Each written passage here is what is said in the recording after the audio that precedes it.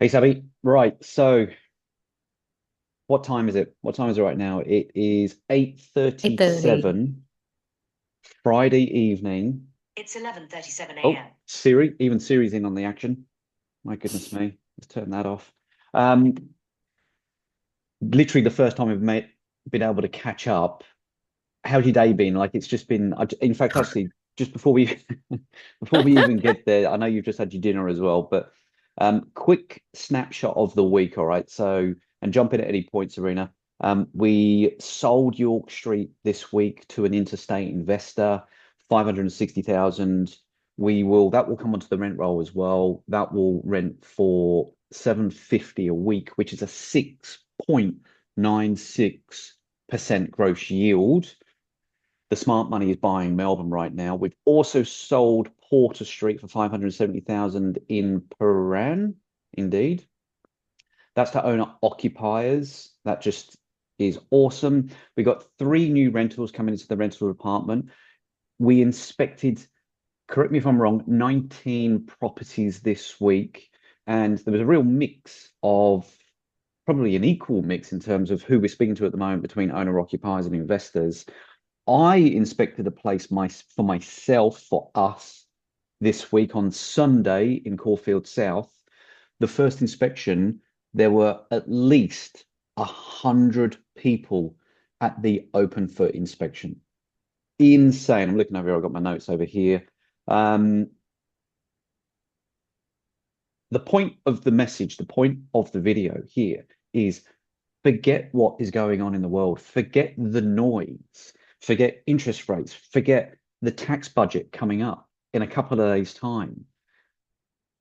The market's busy, there's action, there's activity. And I think the point of the story really is, Sabrina, I'm going to ask you for a real golden nugget here, is that forget what's going on in the world. When the time's right for you, do it. The market is not going to wait for you. Things are happening. Don't listen to the news. Forget the critics, but it's just a matter of finding what is right for you. And then when you're ready, when you are in positions to do it. Sabrina, hit me.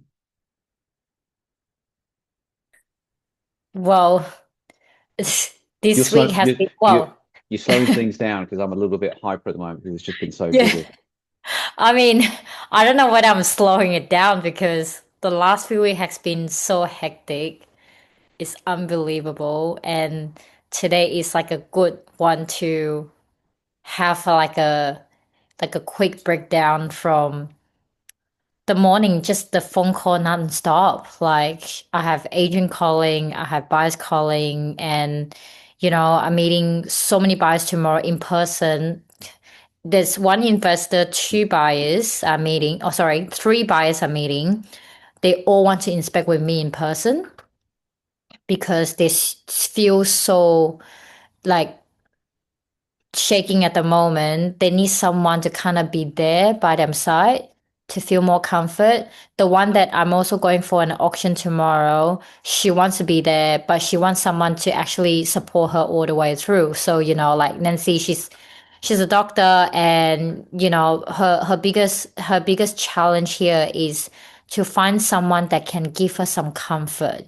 Mm, That's very important for her. And I had spoke to her three times today already because she's so nervous about the auction tomorrow. It's unbelievable. My advice to her today is literally and say, just have a good sleep so we can have a good start tomorrow. That's it. Nothing else because we're really well prepared for tomorrow and I'm going to be there. It's all going to be fine. So that's one. And then I literally just off the phone call with our client. He's flying out to Singapore and he's gonna fly out for a few business trip to Europe back and forth and come back in another 3 days and then fly off to another country for a month for business as well. Like it just he has seen it for 6 months and now he really need our help to really support all the way. It just yeah, it's just like the market is there. Like it mm, just mm.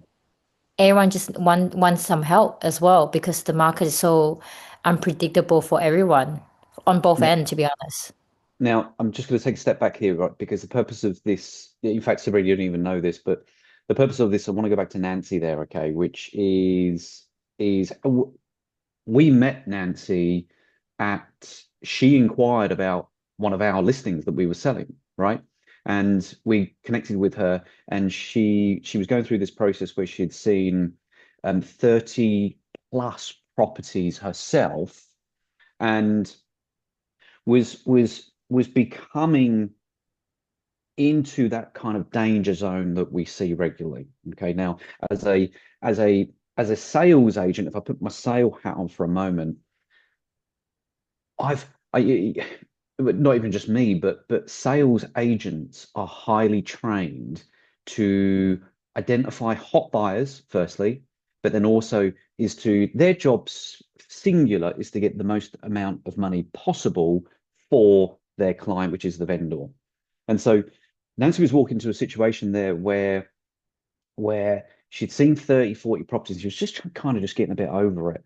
And within this email that you're watching this video through, I'm going to give you the link of the property. I'll give you the link of the inspection video that we've done as well. But she was walking into a scenario that she was probably going to make a rush decision, because what happened was, obviously, Sabrina, over to you for a second, because you were speaking to her a lot. She came on board, and we were speaking to her several times, and then when she actually engaged with us, it was almost as if it was like, right, let's rush to make an offer on this property. And we said, no, no, no, no, whoa, whoa, whoa, take a step back for a second. So we were that interceptor, we were that level of protection for the buyer. And I think that is fundamentally one of the most important things that we do for buyers, is that we represent the buyer. The sales agents representing the seller, so we level up the negotiation. Because long story short, she was ready to jump in and make an offer. And we said, first things first, we need to inspect this property, because she hadn't had a building inspection. She'd done legal due diligence, but like I say, she hadn't done the building inspection. Sabrina, talk me through very, very briefly what your findings were at that building inspection straight away. Very evident for you. Well, yeah, so obviously we're not building inspector, but there are some obvious red flag we can pull for buyers when we look at a property, right? So before I even step into the property, I already know the first red flag is the roof itself. They are so correlated, it's unbelievable. Roof is one of the big ticket items that owners have to share, because that particular block that she was looking at, there's only 8 owners to share with.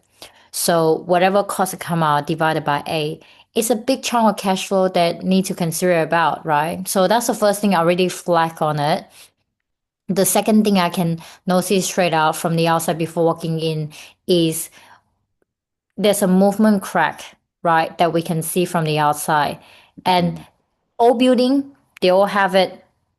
Then the building inspector can come to us whether or not this is going to be problem. But also for saying that, a lot of building inspector does not check exterior of the building because it's an apartment, right? But for us, we can see whether or not this is going to be a long-term matter to discuss as well. So that's one thing. And before even walking to the door, I already see two sides. With Nancy didn't see, she went there twice already. She didn't even see there was a major moisture on the door frame at the front door on both ends, and one is connected to the bathroom from the front. So that is one thing that we need to understand, whether there's a flooding going on or there's a rising dam issue. That comes down to the next thing we said about rising dam. Rising dam, it can be a dangerous zone when we don't know where the source is, how extension to it. But there was 2 walls in that apartment actually have a visible rising dam issue. That is another big ticket item she It was, didn't know. it was a ground floor apartment, wasn't it? Yes, yeah, it's a ground floor apartment. It's next to a garden bed. That's something that a lot of people don't know when they buy in there. When they thought it's just gonna be an old bubble, kind of coming up from the painting or peeling due to the weather, but it's not though. It's behind the wall, under the ground that people don't know. But when it's obvious that we can see it, that's another flag that need to be aware of. That can be a big ticket item. But the next last one is also because it's an age building, the kitchen is still in a time capsule. And on top of that, the underground flooring of the plumbing can be another big ticket item for the buyer as well. Because when I walked in, you can't even see on the picture.